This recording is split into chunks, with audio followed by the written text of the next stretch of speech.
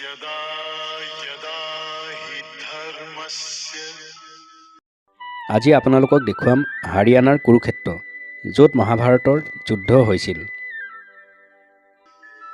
ग्लानिर्भवति भारत अभ्युत्थानम् अधर्मस्य এয়া হ'ল প্ৰাচীন পাণ্ডৱ দ্ৰৌপদী কূপ। পৌৰাণিক কথা অনুসৰি এই ঠাইতে দ্ৰৌপদীয়ে গা ধুইছিল আৰু মহাভাৰতৰ যুদ্ধৰ সময়ত দুশাসনৰ ৰক্ত লৈ এই ঠাইতে চুলিত লগাইছিল।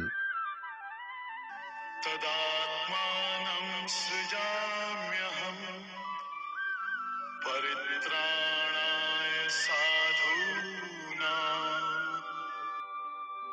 এয়া হ'ল জ্যোতিশ্বৰ য'ত ভগৱান শ্ৰীকৃষ্ণই গীতাৰ উপদেশ দিছিলে।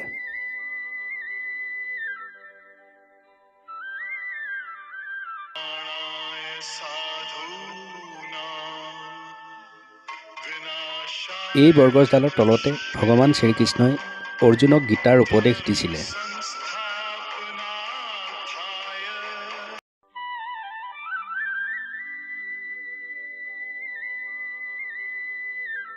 আৰু এই ঠাইতে ভগৱান শ্ৰীকৃষ্ণই অৰ্জুনক বিৰাট ৰূপ দেখুৱাইছিলে।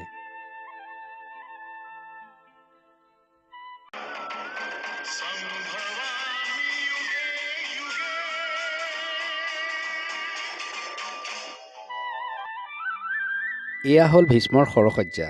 মহাভাৰতৰ যুদ্ধৰ সময়ত অৰ্জুনে এই ঠাইতে ভীষ্মক শৰসজ্জা কৰিছিলে।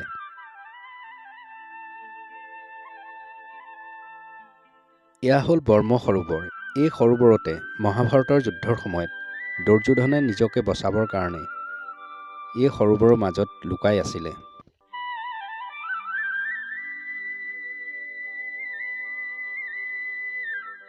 এই ঠাইখনৰ নাম হ'ল অভিমন্যুপুৰ।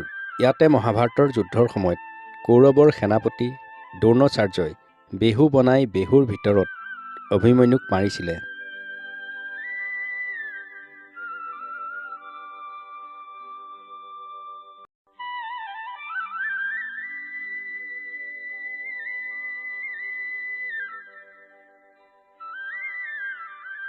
ভিডিঅ'টো চাই কেনে পালে কমেণ্ট কৰিব। ধন্যবাদ।